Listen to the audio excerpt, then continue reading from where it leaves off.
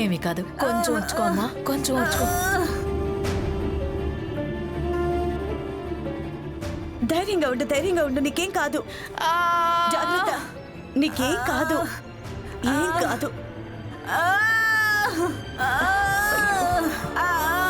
ఏం కాదమ్మా.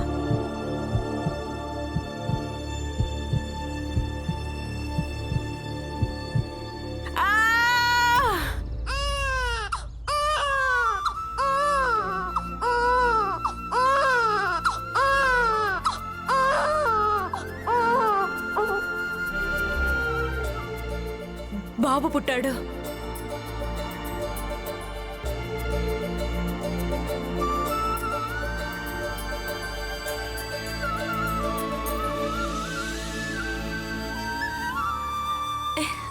అభినందనలు, మీకు కొడుకు పుట్టాడు.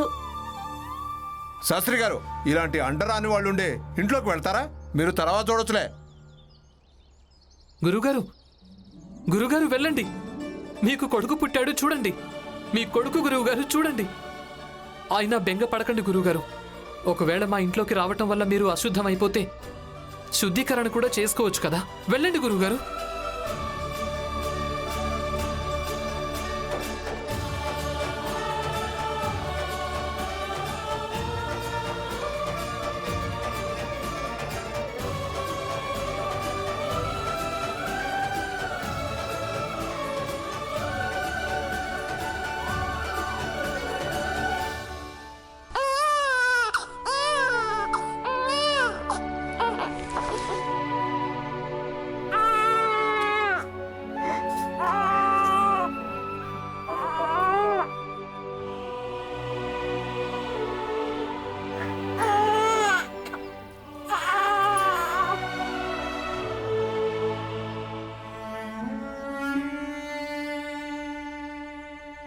ఇన్నాళ్లకు మనకు సంతానం కలిగిందండి.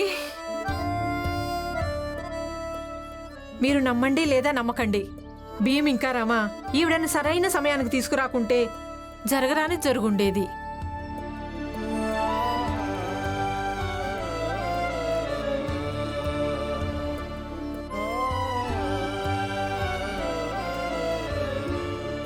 మా తరపున ఈ బహుమానం తీసుకోండి.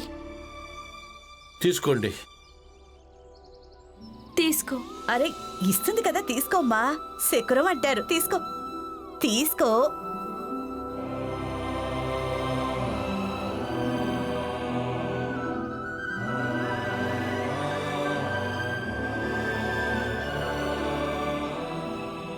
ఇక మీరు ఈమెను తీసుకువెళ్ళొచ్చు. శాస్త్రి గారు, జట్కా బండి వచ్చింది, పదండి, ఆవిడని తీసుకెళ్దాం. గురువుగారు, మిమ్మల్ని క్షమాపణ అడుగుతున్నాను.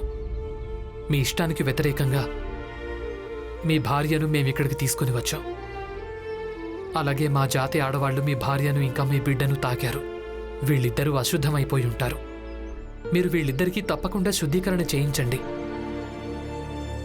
అలాగే గురువుగారు, నేను ఈ రోజు నుంచి మిమ్మల్ని ఇంకెప్పుడు కూడా కలవను. నేను మీ ఇంటికి కూడా రాను. షరతులో మీరే గెలిచారు గురువుగారు, నేను ఓడిపోయాను.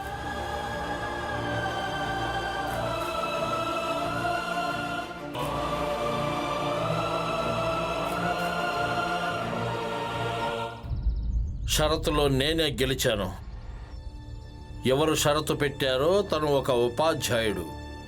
కానీ ఈరోజు నీ ఎదురుగా కేవలం ఒక తండ్రి నిలబడ్డాడు. ఆ ఉపాధ్యాయుడు నిన్ను చదివించినా చదివించకపోయినా కానీ ఈ తండ్రి నీకు సంస్కృతం తప్పకుండా చదివిస్తాడు.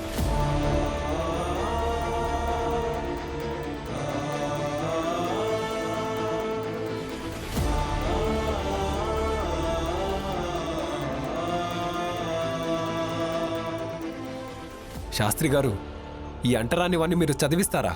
అది కూడా సంస్కృత భాష. చదివిస్తాను, తప్పకుండా చదివిస్తాను. నిజానికి భీమ్ ఏం చేశాడో ఆ రుణాన్ని ఒక తండ్రి తీర్చుకుంటాడు. మీరంతా నిశ్చింతగా ఉండండి. భీమ్ నేరుగా నా ఇంటికి వస్తాడు, అలాగే తిన్నగా తన ఇంటికి వస్తాడు. మీ ఇద్దరికి ఎలాంటి ఇబ్బంది కలగదు.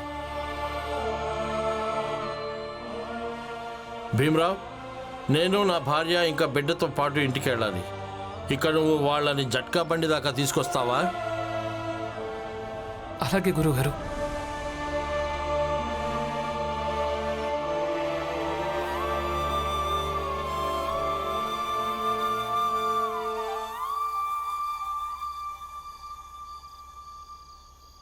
మీకేమనిపిస్తుంది? ఒకవేళ ఈరోజు భీమ్ లేకుంటే అప్పుడు మళ్ళీ మన బిడ్డ ఇక దాని గురించి మాట్లాడితే ఏమొస్తుంది? ఎలా చెప్పాలి? ఒకవేళ ఈరోజు భీమ్ లేకుంటే ఏమయ్యేదో. కానీ భీమ్ ఉండటం వల్ల మనకంతా శుభమే జరిగింది. ఈ మాట మాత్రం నేను చెప్పగలను. భీమ్ జాతికి చెందిన వాళ్ళ విషయంలో ప్రపంచం ఎప్పుడూ అలాగే చేసింది. ఇక నేను చేస్తే అందులో తప్పే ఉంటుంది. మీరు తప్పే చేశారు.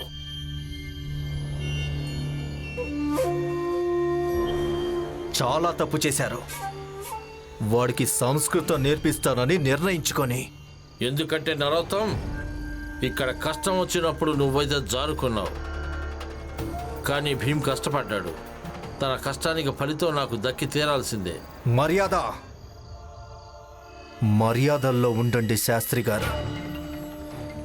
మీరు కల్లో కూడా ఊహించలేరు నేను మీ విషయంలో ఏమేం చెయ్యగలను. ఇంతకంటే ఇంకేం చెడు చేయగలవు? ఒక గురువుని ఆపద సమయంలో వదిలేసి వెళ్ళిపోయావు. అంటే మీకింతకీ ఏమనిపిస్తోంది? భీమ్ పోరాటాన్ని మీరు చేస్తారా? నేనేదో పోరాటం చేయటం లేదు. అలాగే పోరాటం చేయాలన్న ఉద్దేశం కూడా నాకు లేదు. ఆ భీమ్కు సంస్కృతం చదవాలి అని ఉంది. ఇక తను నేను చదివిస్తాను. మీలాంటి ఓడిపోయిన వాళ్ళ వల్లనే భీమ్రావు లాంటి మూర్ఖులందరూ కలిసి మన ధర్మం మీద ప్రశ్నలు లేవనెత్తుతారు శాస్త్రి గారు. మిమ్మల్ని చూస్తుంటే నాకు సిగ్గుగా ఉంది. మిమ్మల్ని చూస్తే గర్వంగా ఉంది. మీరొక విజేత. ఒక విద్యార్థి రూపంలో, ఒక భర్త రూపంలో, మన జాతికి నాయకుడి రూపంలో, అలాగే ఒక మనిషి రూపంలో కూడా. లేదు రమా, భర్త విజేత ఎప్పుడవుతాడు అంటే తన భార్య తనకు సహకరించినప్పుడు. ఇక ఈరోజు నువ్వు నాకు ఏ విధంగా సహకరించావో దానికి నీకు మనస్ఫూర్తిగా ధన్యవాదాలు. ఇంకా నేనేం కోరుకుంటున్నాను అంటే నువ్వు ఇలాగే నాకు నా జీవితమంతా సహకరిస్తూ ఉంటావని. కానీ దీనికి బదులుగా నాకేం వరుగుతుంది? అయితే చెప్పు, ఏం కావాలి నీకు? నాకేమీ అక్కర్లేదు. ఒక్క మాట ఇవ్వండి చాలు. మీరు నన్ను జీవితమంతా ప్రేమిస్తారని.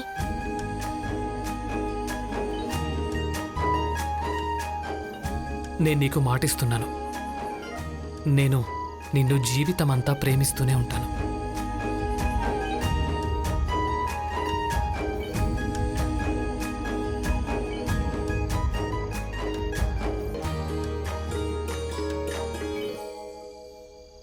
నేనిలా నమ్మను. మరి మీరు సంస్కృతం చదువుకొని అలాగే మాట్లాడడం మొదలుపెట్టినప్పుడు అప్పుడు ఇదే మాట సంస్కృతంలో చెప్పాలి. అప్పుడు నమ్ముతాను, ఇప్పుడు కాదు.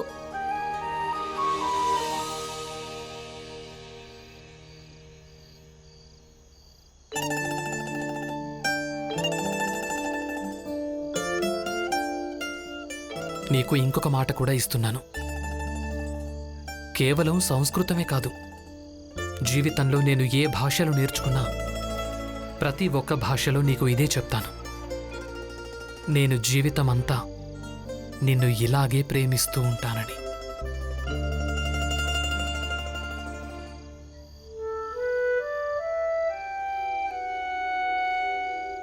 అలాగే, కానీ ఇప్పుడు చేతులు వదలండి.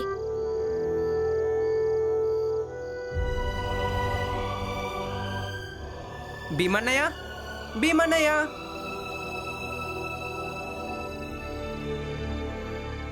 ఏమైంది దీపక్? భీమన్నయ్యను రానివ్వండి, అప్పుడు చెప్తాను. దీపక్, ఏమైంది? నేను ఈ దండ మీ మెడలో వెయ్యాలి. ఈ మాల? కానీ నాకెందుకు? అదే శాస్త్రి భార్యకు పురిటి నొప్పులు వచ్చినప్పుడు సాయం చేశావు కదా, బహుశా దానికే అయి ఉంటుంది, ఇంకెందుకు? ఈ దండ ఆ విషయానికి కాదు. మరైతే ఇంకా దేని గురించి కాస్త మాకు కూడా చెప్పు. భీమరావు అంతగా ఏం కార్యం చేశాడో నువ్వు తన కోసం ఏకంగా మాలే తీసుకొచ్చేశావు. భీమన్నయ్య, శాస్త్రి గారు వెళ్ళిన తర్వాత మీ వల్ల ప్రోత్సాహం పొంది నేను మా సంస్కృతం చెప్పే గురువుగారి దగ్గరికి వెళ్ళాను. నేను ఆయనతో చెప్పాను, మీరు నాకు ఏం చేయమని చెప్తారో నేను అన్నీ చేయడానికి సిద్ధమేనని. కానీ సంస్కృతం మాత్రం మీ దగ్గరే నేర్చుకుంటాను. మరైతే ఆయన ఏమన్నారు? ఆయన నన్ను వెళ్ళగొట్టాడు. కానీ రేపు నేను మళ్ళీ వెళ్తాను. ఎలా అయితే భీమన్నయ్య చివరికి శాస్త్రి గారిని సంస్కృతం ఎలా అయితే చెప్పేటట్లు చేశారో అలాగే నేను చేస్తాను. అక్కడి నుంచి వచ్చేటప్పుడు నేను పూలదండను తీసుకొచ్చాను. ఈ దండ నేను భీమన్నయ్య మెడలో వేసి ఆయన నాకు అన్నయ్య నుంచి గురువుగా మార్చాలనుకుంటున్నాను. లేదు లేదు, స్వయంగా నేనే ఒక విద్యార్థిని, నన్ను గురువుగా ఎందుకు మారుస్తున్నావు? అది నా ఇష్టం. అయ్యో వద్దు వద్దు బాబు.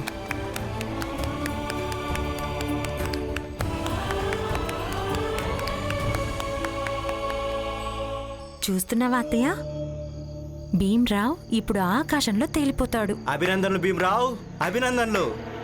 ఇప్పుడు నువ్వు గురువు అయిపోయావుగా. ఇక ఇక్కడ పిల్లలు పని బాట వదిలేసి ఏమి నేర్చుకుంటారంటే ఇక పెద్ద జాతి వాళ్ళ ఇళ్లలోకి ఎలా జొరబడాలో, ఎలా రొమ్ము విడుచుకొని మాట్లాడాలో. అప్పుడు అదే పెద్ద జాతి వాళ్ళు మన పిల్లలనప్పుడు చంపి పడేస్తారు. అప్పుడు నువ్వు మాత్రం బాధపడొద్దు.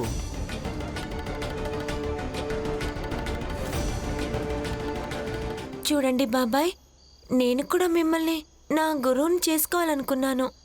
కానీ మీరే పని నేర్పించలేదు. నేర్పించొచ్చు కదా. ఒకసారి చెప్పాను కదా నేను నీకు పని నేర్పించనని.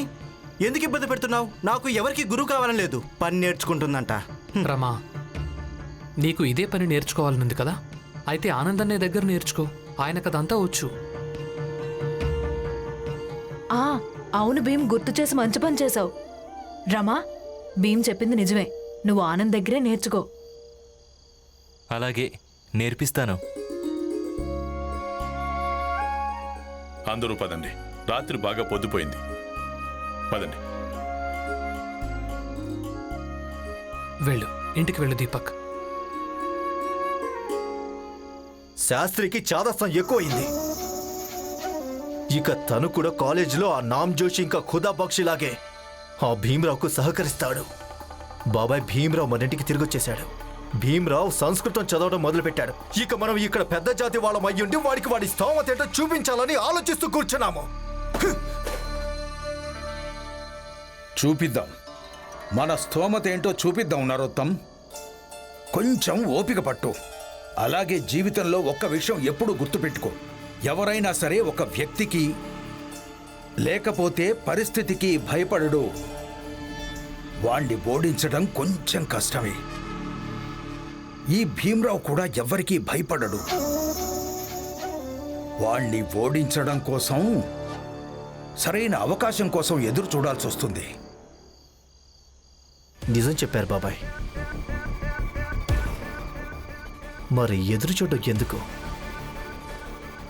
అవకాశాన్ని సృష్టిద్దాం. ఒకవేళ పథకం వేసి ఆ భీమరావుని వేటాడాలనుకుంటే అలాగే చేద్దాం. రేపటి నుంచి కాలేజ్లో అదే జరుగుతుంది.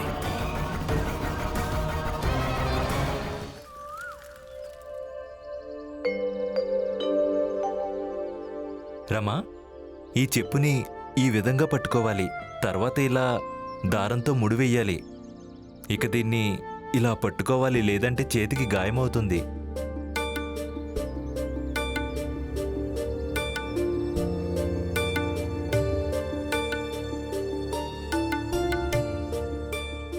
ఆనందన్నయ్య, రమా, నేను కాలేజ్కి వెళ్ళొస్తాను. వెళ్ళండి. అన్నట్టు ఒక్క నిమిషం ఆగండి. సాయంత్రం కొంచెం త్వరగా రండి. ఎందుకంటే ఆనంద్ బాబు ఏం చెప్పారంటే ఆయన సాయంత్రం కల్లా నాకు చెప్పులు కుట్టడం నేర్పిస్తారట. ఇక నేను సాయంత్రం నా కొత్త దుకాణాన్ని ప్రారంభిస్తాను. అలాగే నేను పూర్తిగా కోలుకునేంత వరకు, అంతవరకు నేను రమాకు సాయం చేస్తూ ఉంటాను.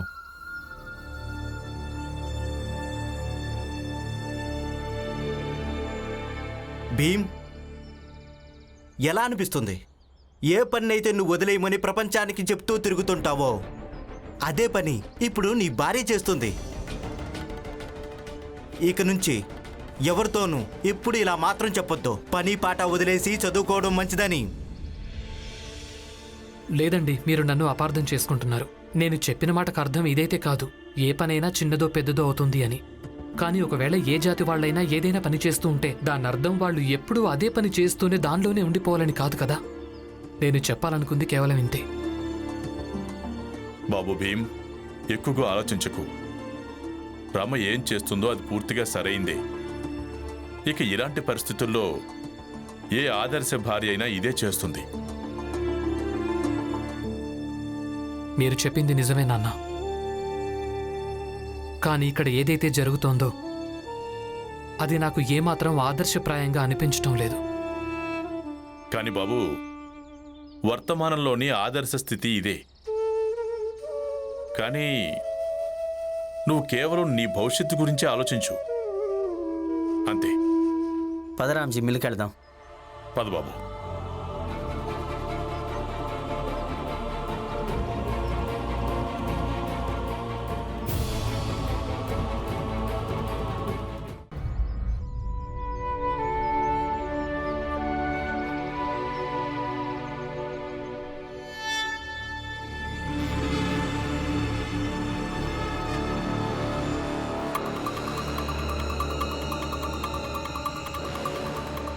నరోత్తం, భీమ్ కాలేజీలోకి వచ్చేశాడు. సిద్ధంగా ఉండండి, బలిమేక వచ్చేసింది.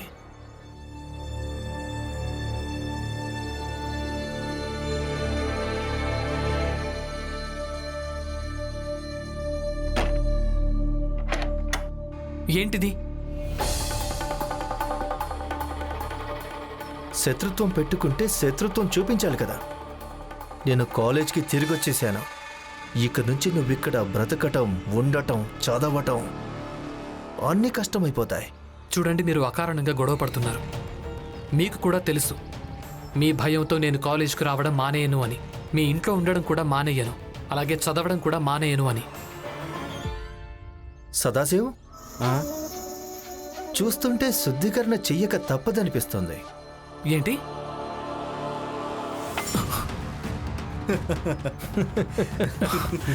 నా కళ్ళ జోడిచ్చేయండి. ఏం చేస్తున్నారు? వదలండి, ఆగు, నన్ను వదలండి.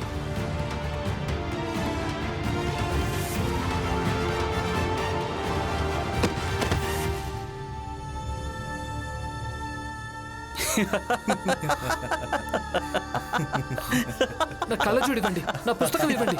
ఏం చేస్తున్నారు? నా పుస్తకం చించేయకండి.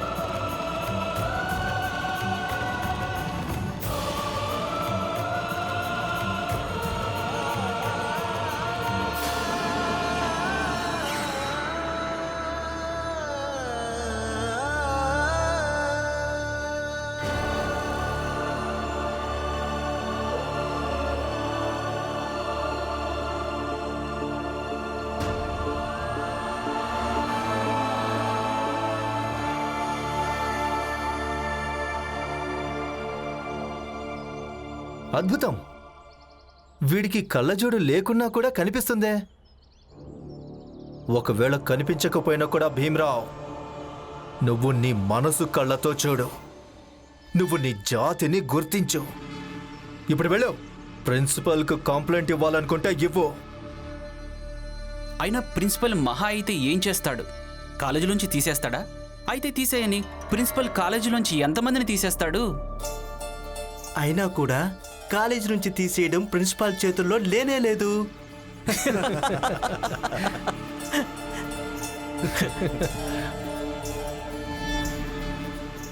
నిజమే, ప్రిన్సిపల్ సార్ కూడా ఎంతమందినని కాలేజీలోంచి తీసేస్తూ ఉంటారు. ఇప్పుడు నేను ప్రిన్సిపల్ సార్ దగ్గరికి అస్సలు వెళ్ళను. పోలీస్ స్టేషన్కి వెళ్ళి మీ అందరి మీద కంప్లైంట్ చేస్తాను. ఎందుకంటే నేను ఇక్కడికి చదువుకోవడానికే వస్తాను. మీలాంటి వాళ్లతో సమయాన్ని వృధా చేసుకోవడానికి అస్సలు కాదు.